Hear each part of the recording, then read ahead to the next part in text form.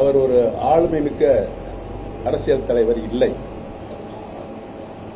2017 RK நகர் இடைத்தேர்தலிலிருந்து நடந்து முடிந்த 2024 நாடாளுமன்ற தேர்தல் வரை 10 தேர்தல்களில் அவர் தோல்வியை தெரிவித்திருக்கிறார்.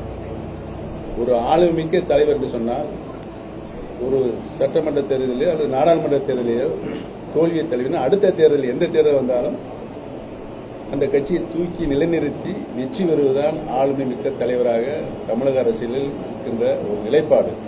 அது எடப்பாடி பழனிசாமி இல்லை என்பது நிறுவனம். ஆகவே அவர் ஆளுமை மிக்க தலைவராக இல்லை என்ற காரணத்தினால் தொடர்ந்து தோல்வியை 10 தேர்தல்களில் நாடாளுமன்ற தேர்தல், சட்டமன்ற தேர்தல், இடைத்தேர்தல்கள் இப்படி அனைத்து தேர்தலும் பழனிசாமி படுதோல்வி பழனிசாமியால்தான் அரசியலில் நிலை கொண்டிருக்கிறார் என்று தெரிவித்துக் கொள்கிறேன். செய்தியாளர் சந்திப்பு அழைத்திருக்கிறீர்களா?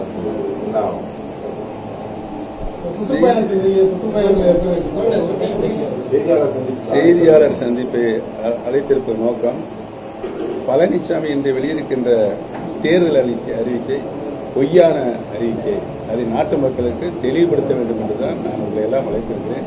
நீங்கள் கடந்த காலங்களில் பழனிசாமி சொன்ன எதையாவது நிறைவேற்றியிருக்கிறார் என்பதை ஆய்ந்து உண்மைத்தன்மை மக்களுக்கு சொல்ல வேண்டும்.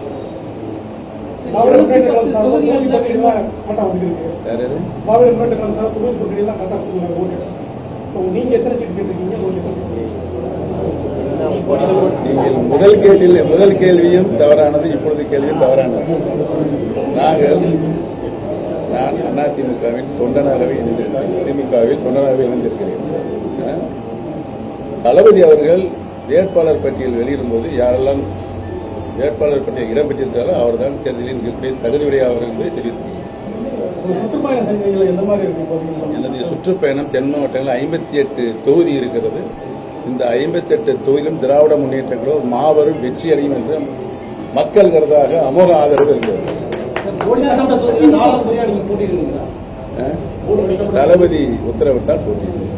அதிமுக பொதுச் செயலாளர் எடப்பாடி பழனிசாமி இன்னைக்கு நடந்த செய்தியாளர் சந்திப்பில் 210 தொகுதிகளில் வெல்லும் அதிமுக மீண்டும் ஆட்சி அமைக்கும் சொல்லியிருக்கிறார். நான் ஏற்கனவே சொன்னேன். 2017 நடந்த ஆர்கே நகர் சட்டமன்ற இடைத்தேர்தலில் இருந்து இதுவரை அவர் எந்த தேர்தலாக வெற்றி பெற்றிருக்கிறாரா? ஆக ஆளுமை திறன் கொண்ட தலைவராக எடப்பாடி பழனிசாமி இல்லை.